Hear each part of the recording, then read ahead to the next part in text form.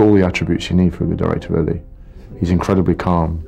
He understands acting. He has great instincts. You can tell that he loves it. Having the time of his life, I would say.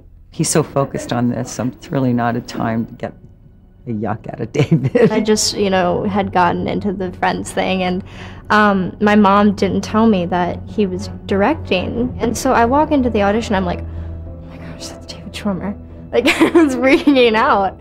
I think that the challenge in directing a drama, in this case, was actually to find the humor and the warmth and keep that a part of the story, because you know, this subject matter can be fairly relentless, and you want to infuse it with as much life and vitality as possible. Hey! Fantastic! Look at the toilet seat cover. This was her idea. This is like, you know, the perfect American family. They're just, you know, hit with a nuclear weapon. Have you guys had sex yet? Is she good? That's enough. What? You can tell everybody about my life? About me having sex and who with, but I can't ask him? I asked you not to tell him. That's the only thing I asked. And it was not only about the awfulness of a girl being groomed on the internet, but also about the fracturing of the family around that, and how something like that puts a huge chasm in the relationships between a family. It affects her, you know, the two most important relationships with a man in her life, you know. You know, her first sexual encounter, her first love, and then her father. The Cameron family synergy just totally fell apart. The father detaches himself and puts himself just in another mode entirely.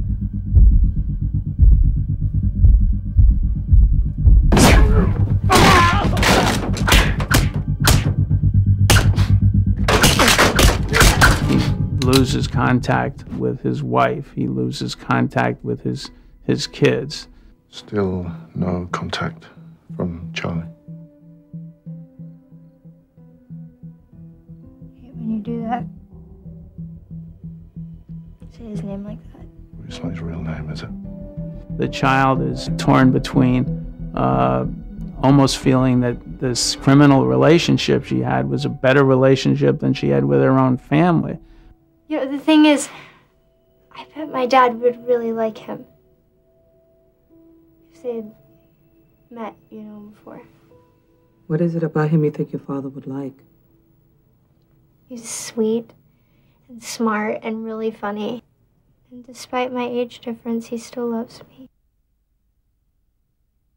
Viola Davis, I've always been a huge fan of hers, and I just felt, not knowing her personally, but seeing her other work, I felt she would be a great Gail, a great counselor for Annie. I can understand how strong those feelings are, Annie, but there are reasons why girls your age and men his aren't supposed to be together. Whatever. He loves me. I know he does. And he's dying to call me or email me, but he knows it's not safe, thanks to my parents and the FBI. Rebecca? Becky. Jerry? Yeah. Hi, Jerry.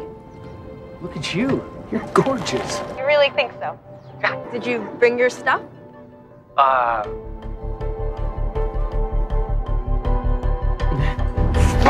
Hey! Hey! Stop! FBI! Please. I'll fucking kill this guy. No, I you swear to won't. God. That's why I'm here.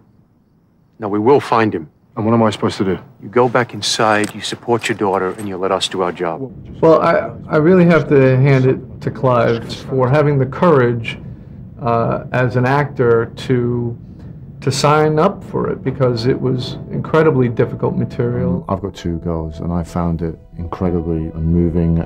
What became really clear was that the script affected him deeply. He responded to it intuitively, and his performance is fabulous. So She's She 14. needs She help, didn't right? make this happen. Yeah, but we're gonna have to talk to her about this. You are not going to talk to her. But look at it, our daughter sounds like a fucking porn star! You cannot confront her about I'm gonna kill him. No. I swear to God, I'm gonna find this animal. And I'm gonna crazy fucking stop it! An actor like Clive, who is so strong and so in control at all times, to suddenly not get the bad guy and watch how that anger impacts him and eats away at his identity and confidence. And instead of setting him against the bad guy, setting him against his 14-year-old daughter, it was unbelievable.